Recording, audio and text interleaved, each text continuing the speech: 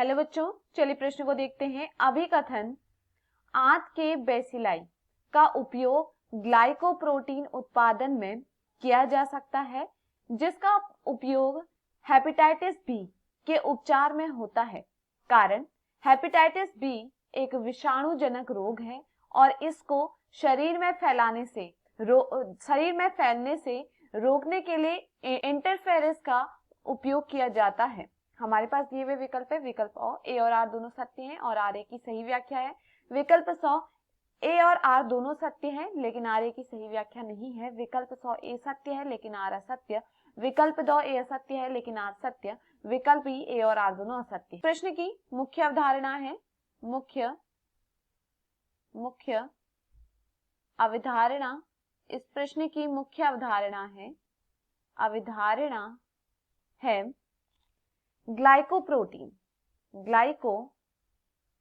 Glycoprotein देखिए, अगर बात की जाए ग्लाइकोप्रोटीन के विषय में तो ग्लाइकोप्रोटीन क्या होता है? Interferon antiviral glycoprotein, interferon antiviral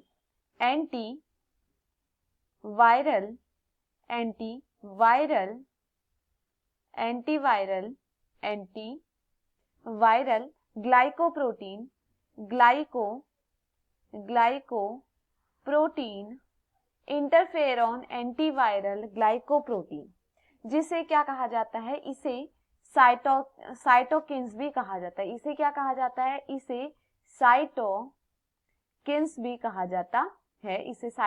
भी कहा जाता है, जो वायरल संक्रमण के जवाब में संक्रमित कोशिकाओं द्वारा उत्पादित प्रतिरक्षा लाइफोकाइन के रूप में काम करता है। देखिए, यह क्या करता है? यह वायरल संक्रमण के जवाब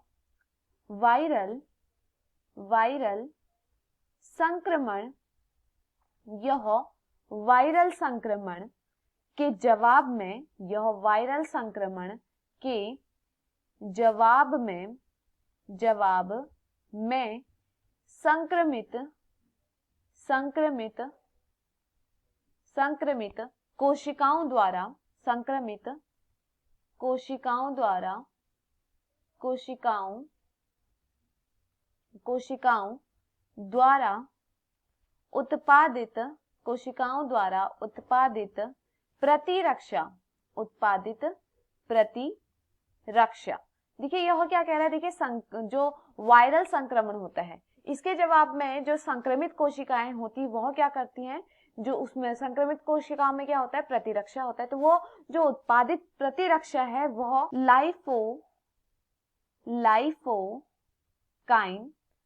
लाइफोकाइन के रूप में कार्य करते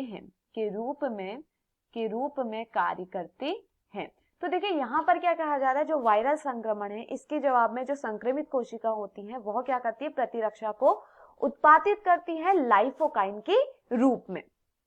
अब देखिए, यहाँ पर अगर हम बात करें मानव इंटरफेरॉन के बारे में, तो देखिए, जो मानव इंटरफेरॉन है, यहाँ पर तो क्या होता है? जो कोशिकाएं होती हैं वह प्रतिरक्षा के रूप में यहाँ पर काम करती हैं।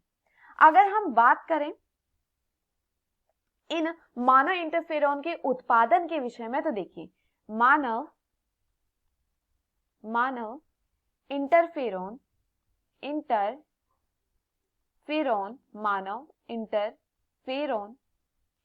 का उत्पादन करने के लिए, मानव इंटरफेरॉन का उत्पादन करने के लिए कोलन बेसिल, इसका उत्पादन करने के लिए कोलन बेसिल को आनुवांशिक रूप से इंजीनियरिंग किया जाता है। तो देखिए, यहाँ पर क्या किया जाता है? कोलन बेसिल को क्या किया जाता है? इंजीनियर किया जाता है, इसको बनाया जाता है। आनुवांशिक रूप से इसे क्या करा जाता है? बनाया जाता है। तो देखिए, यहाँ पर क्या हो रहा है? यहाँ पर मानव इंटरफेरॉन को आनुवांशिक रूप से बनाया जाता है, आनुवांशिक रूप से क्या किया जाता है? इंजीनियर किया जाता है। तो देखिए यहाँ पर हमें क्या देखने को मिल रहा है, जो मानव इंफेरॉन है इसका क्या किया जा रहा है, उत्पादन किया जा रहा है किस रूप में, कोलन बेसिल के रूप में। आनुवांशिक इंजीनियरिंग द्वारा क्या किया जाता है, मानव इंफेरॉन को कोलन बेसिल के रूप में तैयार किया जाता है। ये इंफेरॉन क्या होते हैं, ये इंफेरॉन हेपेटाइटिस बी के इलाज में इनका प्रयोग किया जाता है। इसका प्रयोग किया जाता है हेपेटाइटिस बी के रूप में, हेपेटाइटिस बी के रूप में हम इसका क्या करते हैं, उपयोग करते हैं। उसके इलाज के रूप में हम क्या करते हैं, इसका प्रयोग करते हैं। वही कैंसर, एड्स, इनके परीक्षण अभी इस पे परीक्षण चल रहा है और इन पर भी क्या किया जा रहा है, कार्य किया जा रहा है कि इनसे क्या कर सके, मानव इंटरफेरोन को तैयार किया जा सके। तो देखिए अभिकथन में क्या कहा है, आंत के बेसिलाई में उपयोग लाइकोप्रोटीन उत्पादन में किया जा सकता है, जिसका उपयोग हेपेटाइटिस बी के उपचार में होता है। तो देखिए यहाँ पर क्या है, अभिकथन क्या है, सही है। अब देखिए कारण क्या दिया गया है, हेपेटाइटिस बी एक विषाणुजनक रोग है और इसको शरीर में फैलने से रोकने के लिए इंटरफेरोन का उपयोग किया जाता है। तो देखिए यहाँ पर यह भी क्या है, सही है। लेकिन यहाँ पर जो अभिकथन है, अभिकथन के साथ जो कारण है वह क्या है, अभिकथन की सही से व्याख्या नहीं कर रहा है। तो देखिए यहाँ पर विकल्प और क्या दिया है, ए और आर दोनों सत्य हैं और आर ए की सही व्याख्या है, तो ये यहाँ पर गलत होता है। विकल्प ब ए और आर दोनों सत्य हैं लेकिन आर ए की सही व्याख्या नहीं है, ये सही है। विकल्प 100 ए सत्य है लेकिन आर असत्य, ये भी गलत होता है। विकल्प 2 ए असत्य है लेकिन आर सत्य, ये भी गलत होता है। विकल्प ए और आर दोनों असत्य, ये भी यहाँ पे क्या है, गलत। तो दिए हुए विकल्पों में हमारा सही विकल्प है विकल्प ब। मैं आशा करती हूँ आपको समझ में आया हो। धन्यवाद।